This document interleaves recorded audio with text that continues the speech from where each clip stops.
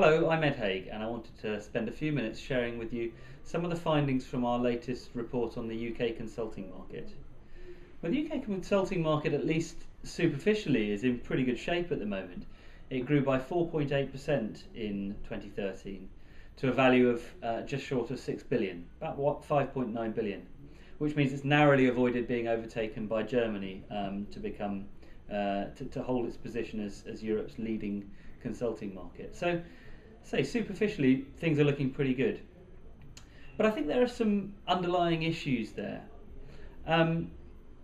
which manifest themselves both in some numbers and in some opinions. From a number point of view, we speak to clients about the projects that they expect to be undertaking in the next 12 months, and we speak to them about how likely those initiatives are to turn into consulting projects.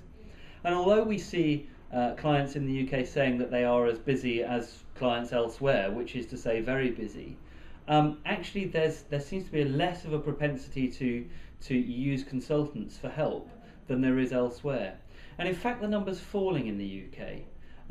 So that, for example, last year 45% of the people who were undertaking technology related projects said that those sort of projects would lead to consulting work.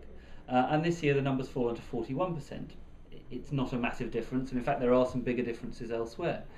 But it's notable that it's going in the wrong direction from a consultant's point of view, where elsewhere actually the numbers tend to be going in the right direction. People are looking more likely to use consultants than they were before.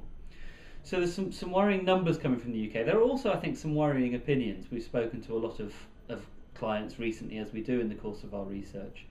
And we're hearing some quite forceful opinions about consultants, suggesting that there's a real reputational issue and some real sort of deep-seated cynicism about consulting in the UK, which I think consulting firms are going to have to work very hard to overcome.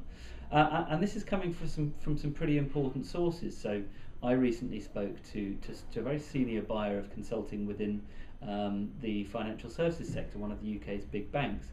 And some of the opinions he was voicing about how his organisation feels about the use of consultants, I think was pretty worrying.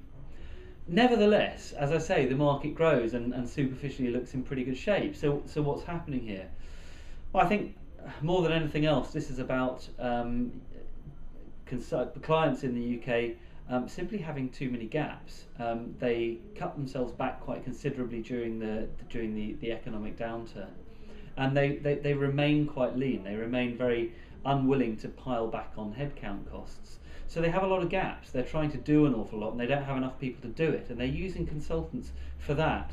So we need to be very careful. I think an awful lot of growth in UK consulting right now is coming from consulting firms acting as the providers of contingent labour in some way. And we need to be careful that we don't actually mistake that for what people might think of as being a purer form of consulting. So some big challenges underneath, but still some good news. And I have to say, looking forward at the moment, whatever form growth takes, and no doubt some of it will take the form of gap filling, more seems to be on the horizon. Hope that's a useful insight. You'll find more information both about the report and about us generally on our website, and indeed you'll find our contact details there too. So please have a look, and we look forward to hearing from you.